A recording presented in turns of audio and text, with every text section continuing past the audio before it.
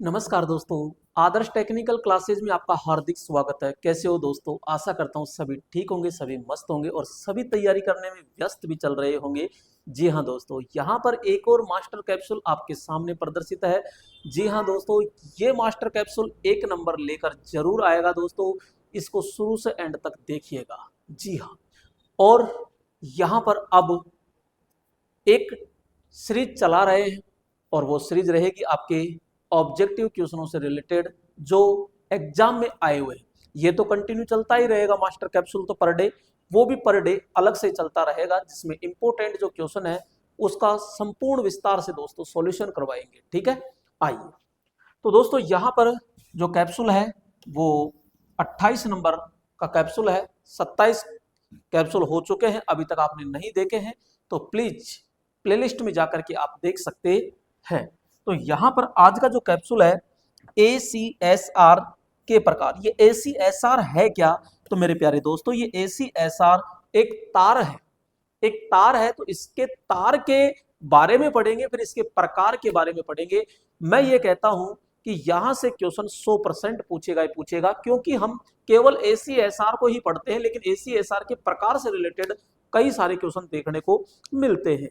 आइए एक एक पॉइंट टू पॉइंट हम चलते हैं और समझते हैं दोस्तों। सबसे पहले लेते हैं यहां पर हम ACSR। तो दोस्तों ये ACSR होता क्या है ये समझ लेते हैं। तो नॉर्मली हम कहते हैं कि भैया ACSR जो होता है वो क्या है?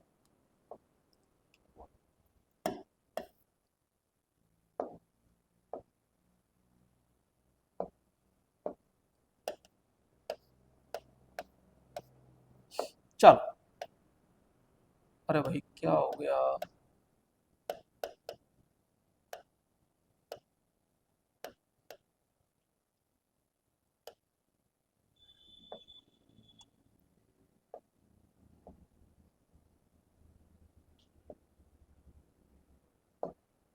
कलर क्यों नहीं आ रहा भाई? चलो यहां से पढ़ा देंगे, अपना क्या है।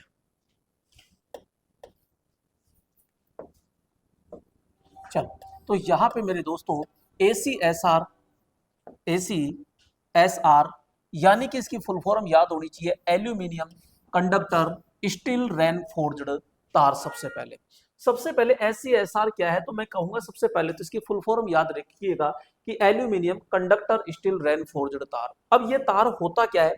तो मेरे दोस्तों आपने देखा होगा जब आप रोड पे कहीं भी चलते हो, आपके घरों पर चलते हो, तो आपने कहीं ना कहीं कैसे भी पोल देखे होंगे और पोल के ऊपर जो सिरों पर ही जो लाइन जाती है मेरे लाडलो, उसमें जो तार होते हैं वही आपके ACSR तार होते हैं। अब दोस्तों इसके बीचों बीच में एक स्टील का तार होता है। कौन सा तार मिलेगा आपको? स्टील का तार मिलता है। और स्टील के तार के ऊपर यानी चारों ओर दोस्तों यहाँ पे एल्यूमिनियम के काफी सारे तार यूं लपेट कर दोस्तों बनाए जाते हैं। और ये बनाए जाते हैं तो मेरे लाडलो यहाँ पे इसी तार को हम ACSR तार कहते हैं।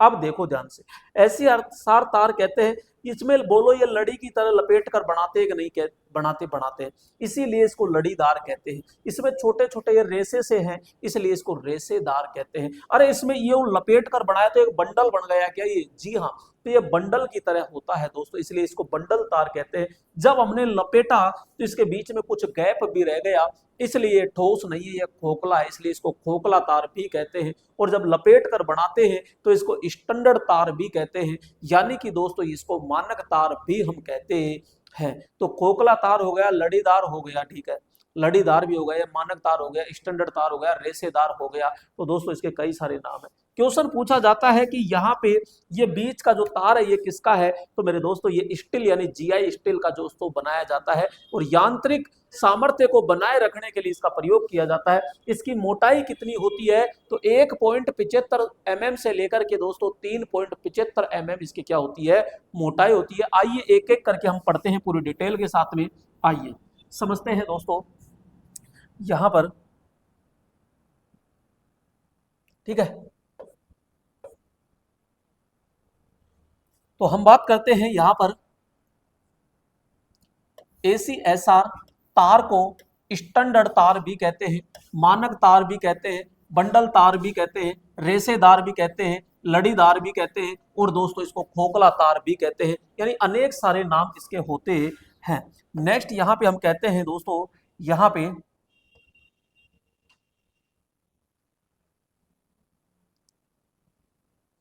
कि पांच छह एल्यूमिनियम तारों के बीच में दोस्तों एक स्टील का तार रख दिया जाता है।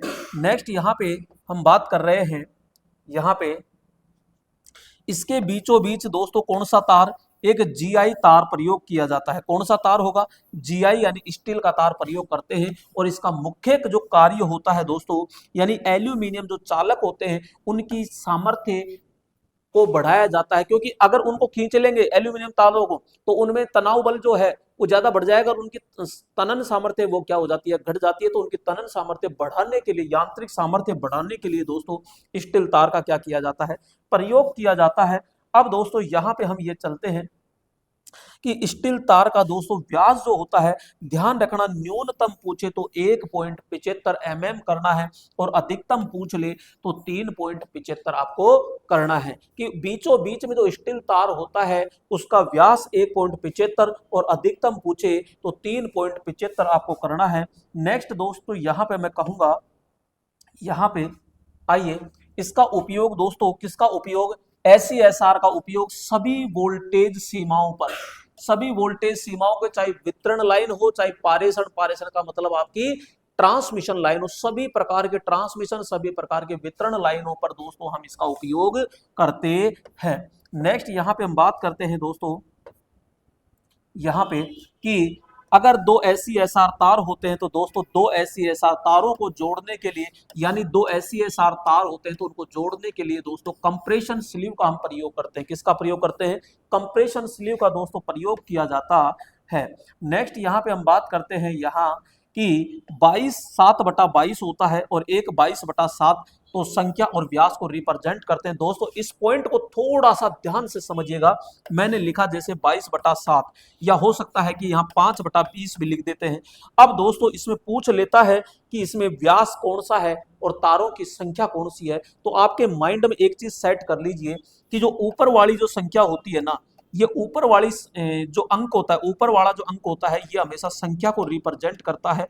और दोस्तों नीचे वाला जो अंक होता है ये हमेशा किसको पड़ता है, व्यास को रिप्रेजेंट करता है। लेकिन दोस्तों जैसे मैंने लिखा 5/20, अब यहाँ पे वो व्यास और संख्या के बारे में नहीं पूछ रहा, केवल वो ये पूछ रहा है कि इसमें स्टील तार कौन सा कितने हैं और इसमें एल्यूमिनियम तार कौन से हैं। जो संख्या कम होती है वो तो दोस्तों किसकी संख्या आती है, स्टील तार की संख्या आती है, और जो ज्यादा संख्या होती है वो एल्यूमिनियम तार की संख्या को रिप्रेजेंट करते हैं। मैंने व्यास और संख्या नहीं पूछ रहा, मैं केवल ये पूछ रहा हूं कि हमारे स्टील तार भी प्रयोग करते हैं और एल्यूमिनियम तार भी प्रयोग करते हैं। तो कम वाला स्टील तार आएगा और ज्यादा वाला कौन आएगा, यहाँ एल्यूमिनियम आएगा। लेकिन आपसे तार की संख्या और व्यास पूछे तो ऊपर वाला अंक संख्या को और नीचे वाला जो होता है वो व्यास को रिप्रेजेंट करता है। बोलो समझ में आ गया क्या, बोलो समझ में आ गया क्या। अरे आ गया तो हम आगे बढ़ेंगे, आगे बढ़ेंगे भाई साहब यहाँ पे। और लीजिए 25/7 है तो 25 एल्यूमिनियम की संख्या है, 7 स्टील के तारों की क्या होती है,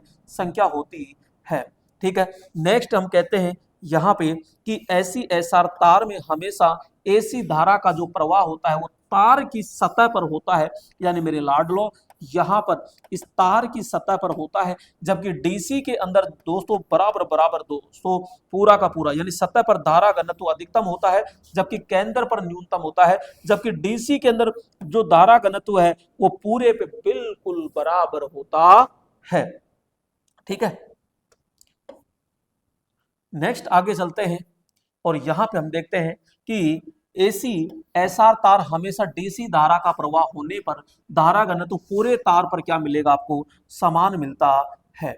ठीक है। बंडल या खोखला तार के दोस्तों निम्न लाभ है, यानी कि हम कह रहे हैं कि जो हमारे एसीएसआर है, बोले तो एसीएसआर भाई ये क्यों प्रयोग करते हैं, क्या लाभ है हमको, ये तो पता चले कम से कम कि वही क्यों लगाते हैं, ठोस भी तो लगा सकते हैं। तो कई सारे रीजन हैं, आइए यहाँ पे रीजन को एक एक करके हम समझते हैं।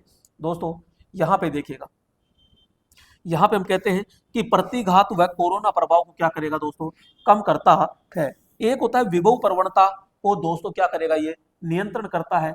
एक होता है रेडियो व्यतिकरण में क्या करेगा दोस्तों, कमी करेगा। दूसरी चीज हम बात करते हैं लाइन का प्रेरकत्व दोस्तों क्या हो जाता है, कम हो जाता है इसका प्रयोग करने से। तो यहाँ पे दोस्तों लाइन की जो धारिता होती है वो क्या हो जाती है, बढ़ जाती है। और दूसरा दोस्तों जो सर्ज प्रतिबाधा है वो भी कम हो जाता है। यानी कि दोस्तों ये 6 चीजें हैं, तो ये चीजें हम करते हैं तो यहाँ पे हमको ये लाभ प्राप्त होता है। एक तो कोरोना प्रभाव कम हो गया, पर विभव प्रवणता है जो तनन प्रभाव होता है वो दोस्तों नियंत्रण हो गया। रेडियो व्यतिकरण में कमी आ गई दोस्तों। दूसरा लाइन का प्रेरकत्व कम हो गया, लाइन की धारिता बढ़ गई और सर्ज प्रतिबाधा दोस्तों कम हो जाती है। अरे ये क्या है, ये सारे के सारे लाभ है। क्वेश्चन इस तरह बनता है कि ACSR संवाहकों में स्टील तार का दोस्तों कार्य क्या होता है। तो हमने पढ़ाया भाई साहब अभी, जो एल्यूमिनियम तार होते हैं उसको मजबूती प्रदान करता है, उसकी तनन सामर्थ्य को बढ़ा देता है, यांत्रिक सामर्थ्य को मजबूत कर देता है, तो उप स्तर प्रभाव को पूर्ति करता है, अतिरिक्त यांत्रिक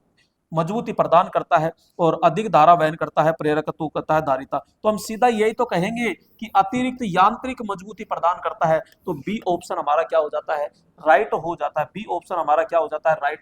अब दूसरा देखो, तारों के समूह से बनाए गए एकल कंडक्टर को क्या कहते हैं। तारों को समूह का मतलब लपेट कर बनाए गए एकल चार को बोलो क्या कहते हैं, तो उसको हम स्टैंडर्ड तार कहते हैं। अरे उसको क्या कहते हैं, हम स्टैंडर्ड तार के नाम से जाना जाता है। नेक्स्ट यहाँ पे आइए और हम बात करते हैं दोस्तों यहाँ पे, अब ये वेरी वेरी मोस्ट है दोस्तों, ACSR चालक तार के दोस्तों हम प्रकार देख रहे हैं कि ACSR तार के प्रकार क्या क्या होते हैं। दूसरा हम ये कहेंगे कि उस तार में कितनी वोल्टेज जाएगी दोस्तों, तो वो संचरण वोल्टेज कितनी होगी, और उस तार का कटाक्ष क्षेत्रफल दोस्तों कितना होगा। यानी कि यहाँ पे मैं कहूंगा कि उस तार का कितना कटाक्ष क्षेत्रफल होगा। उसके अंदर मेरे प्यारे दोस्तों एल्यूमिनियम तारों की संख्या कितनी होगी, और उस तार के अंदर स्टील तार की संख्या दोस्तों कितनी होती है। तो ये एक एक करके हम यहाँ पे बहुत अच्छे से ध्यान से समझना है। तो ये देखिएगा आराम से एक एक पॉइंट को देखिएगा, ठीक है। तो पहला आता है नंबर 1। तो दोस्तों यहाँ पे नंबर 1 आता है रेबिट। रेबिट तार का यानी ACSR का नाम है भाई साहब, रेबिट ACSR। जो रेबिट ACSR होता है ना, इसमें संचरण वोल्टेज का मान कितना होता है, तो संचरण वोल्टेज का मान होता है इसमें 33 kV। अरे कितना होता है, 33 kV होता है। दूसरी चीज मैं कहूंगा कि इसमें क्षेत्रफल कितना होगा, तो 50 mm स्क्वायर होता है। कितना होता है यहाँ, 50 mm स्क्वायर होता है। दूसरा मेरे लाडलो यहाँ पे मैं बात कर रहा हूँ कि यहाँ पे जो एल्यूमिनियम जो तार है उनकी संख्या है 6, और प्रत्येक तार की जो मोटाई यानी व्यास है वो 3.35 है। इसमें दोस्तों स्टील तार की संख्या 1 है और उस एक की मोटाई कितनी है, तो 3.35। मैंने अधिकतम कितना बताया, 3.75 तक बताया था। ये 3.35 mm दोस्तों यहाँ पे होती है। क्लियर।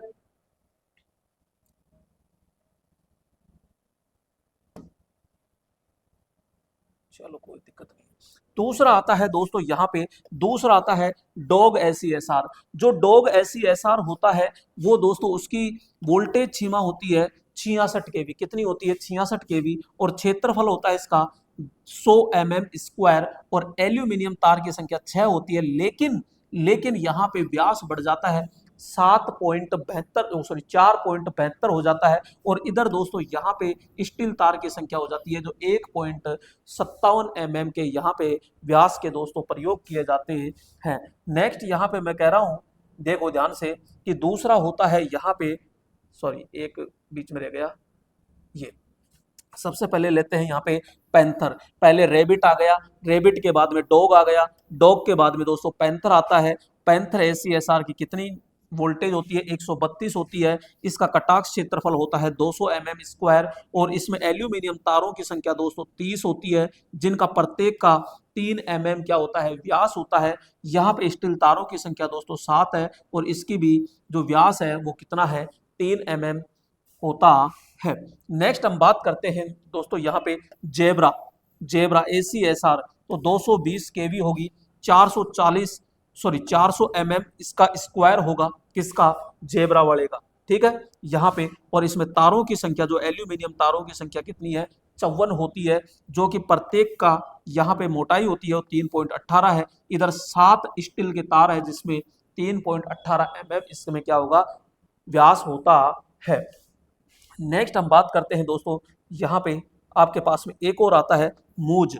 तो मूज दोस्तों होता है, तो यहाँ पे जो मूज होगा वो ACSR होगा, 440 केवी का होता है, 500 mm² इसका कटाक्ष क्षेत्रफल होता है।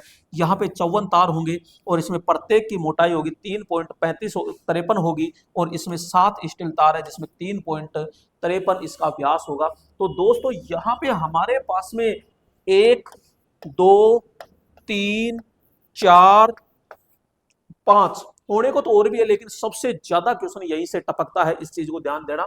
तो रेबिट, रेबिट यानी खरगोश, फिर उससे बड़ा आता है डॉग यानी गंडकड़ा, ठीक है। उसमें फिर आता है पैंथर यानी चीते की तरह, फिर होता है जेबरा, जेबरा यानी मान लीजिए रोजड़ा, और फिर आता है मूज, मूज का मतलब ऊंट, ऐसे याद रखो। तो सबसे छोटा रेबिट, फिर डॉग, पैंथर, जेबरा, मूज, ठीक है। ये CSR हो गया।